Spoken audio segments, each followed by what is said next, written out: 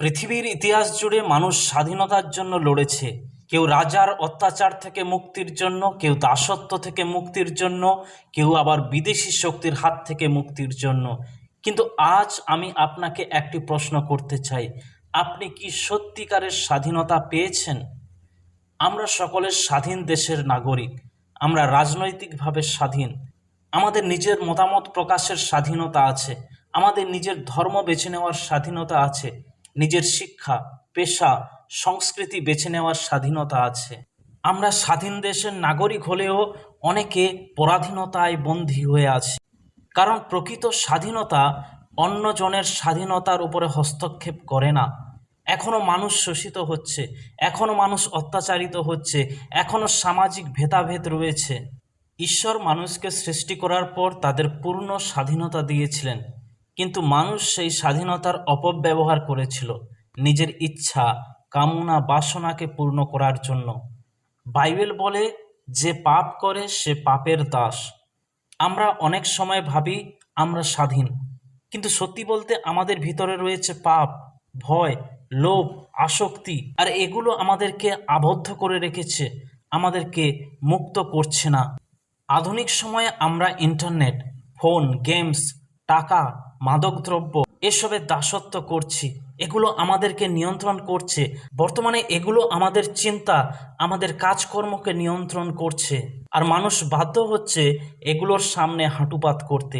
ধীরে ধীরে মানুষ আরও বেশি ডিপেন্ডেন্ট হয়ে পড়ছে। স্বাধীনতা হলো আমাদের জন্মগত অধিকার, কারণ এই স্বাধীনতা ঈশ্বর প্রতিটি সৃষ্টির জীবকে তিনি দিয়েছেন।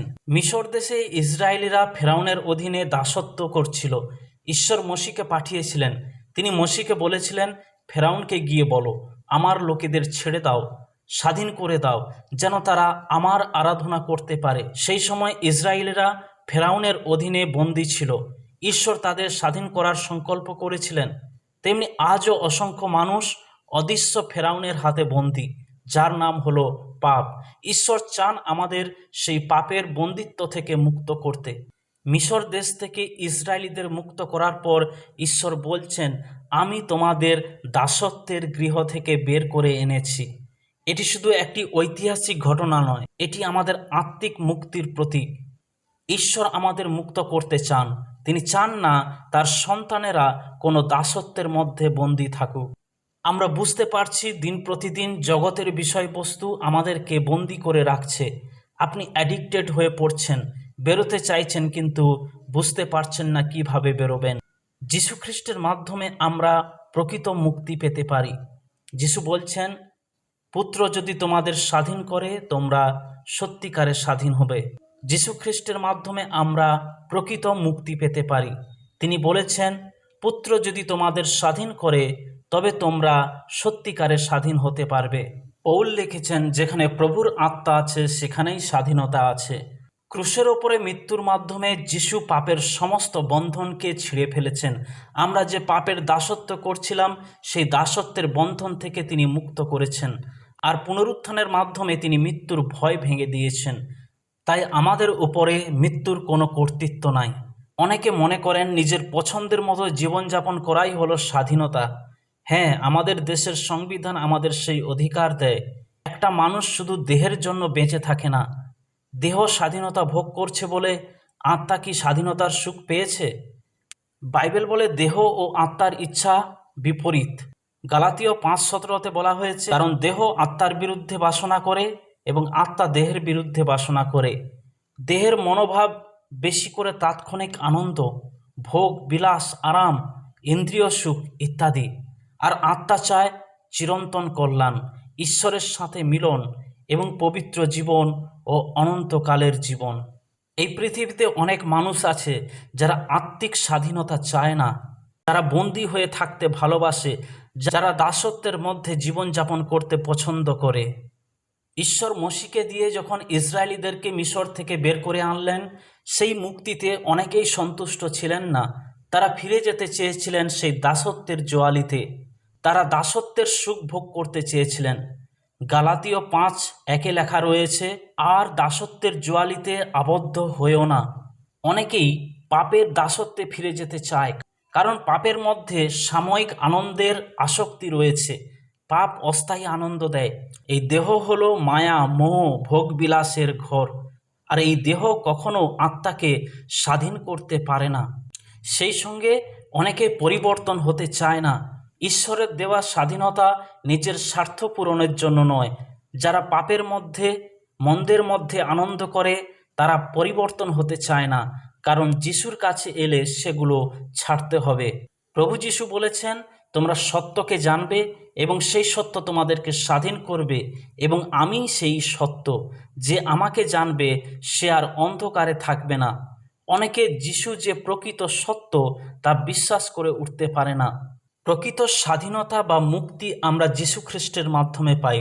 যিশু বলেছিলেন, আমি এসেছি বন্দীদের কাছে মুক্তি প্রচার করার জন্য।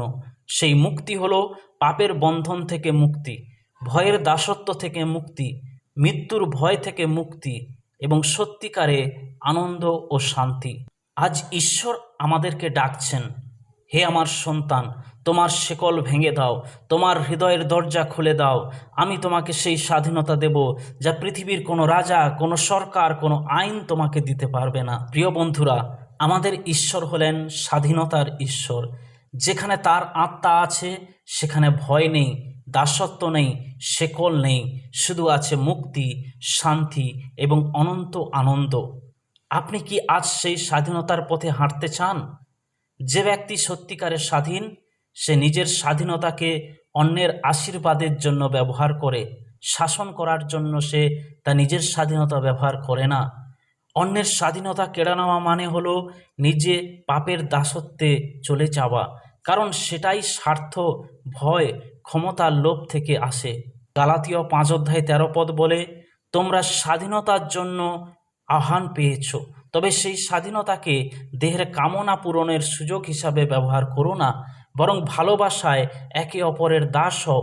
এখানে স্পষ্টভাবে বলা হয়েছে, স্বাধীনতা স্বার্থপর উদ্দেশ্যে ব্যবহার করলে তা আসল স্বাধীনতা নয়। আপনি জানুন, আপনি একজন স্বাধীন ব্যক্তি। আপনার স্বাধীনতা দিয়ে অন্যের স্বাধীনতা হরণ করবেন না। আপনার স্বাধীনতাকে মন্দ উদ্দেশ্যে ব্যবহার করবেন না। একজন স্বাধীন ব্যক্তির পরিচয় হলো সেটাই যে একজন পরাধীনকে স্বাধীন করে। প্রিয় বন্ধুরা, আপনি হয়তো আজকে বিভিন্ন কারণে অন্ধকারের মধ্যে, পরাধীনতার মধ্যে রয়েছেন। শয়তান আপনাকে বেঁধে রাখতে চায়, কারণ সে চায় যাতে আপনি প্রকৃত মুক্তি না পান। প্রকৃত স্বাধীনতা আমরা তখনই অনুভব করতে পারব যখন আমরা নিজেদের পাপ সম্পর্কে সচেতন হব এবং এটা বিশ্বাস করব যে যীশু খ্রিস্ট আমাদের সেই পাপের জন্য ক্রুশের উপরে জীবন দিয়েছেন এবং তার সেই মৃত্যুর মধ্য দিয়ে আমি পাপের ক্ষমা পেয়েছি, আমি মুক্ত, আমি স্বাধীন। আর আমরা এই স্বাধীনতা পেয়েছি যেন মুক্তভাবে আমরা স্বতন্ত্র হয়ে ঈশ্বরের আরাধনা করতে পারি। আমরা এই স্বাধীনতা পেয়েছি যেন আমরা পবিত্র জীবনযাপন করতে পারি। আমরা এই স্বাধীনতা পেয়েছি অনন্ত জীবনের জন্য। তাই আমাদেরকে এই স্বাধীনতা রক্ষা করতে হবে, যেন পুনরায় আমরা পাপের দাসত্বের জোয়ালিতে আবদ্ধ না হয়ে যাই, পুনরায় যেন আমরা অন্ধকারের কাজকর্মের সহভাগী না হয়ে পড়ি। আমাদের মনের ভেতরে আছে অদৃশ্য শিকল, হিংসার শিকল, লোভের শিকল, লালসার শিকল, ভয়ের শিকল, এমনকি সেই নেতিবাচক মনোভাবের শিকল যা আমাদের ভাবনা, কথা আর কাজকে নিয়ন্ত্রণ করে। বাইবেল বলে, মন সর্বপ্রকার ছলনাময় এবং তার রোগের নিরাময় হয় না। আর যতই চেষ্টা করি, নিজের শক্তিতে এই শিকল ভাঙতে পারা যাবে না। আমরা হয়তো কিছুদিনের জন্য পরিবর্তন আনতে পারি, কিন্তু পুরনো অভ্যাস, পুরনো চিন্তা আবার ফিরে আসে, যেন শিকলগুলো আরও শক্ত করে বেঁধে ধরে।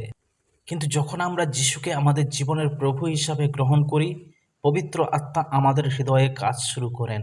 তিনি মন্দ চিন্তাকে প্রকাশ করেন আর আমাদের সাহস দেন তা প্রত্যাখ্যান করতে, এবং আমাদের চিন্তা সকল নবীনীকৃত হয়।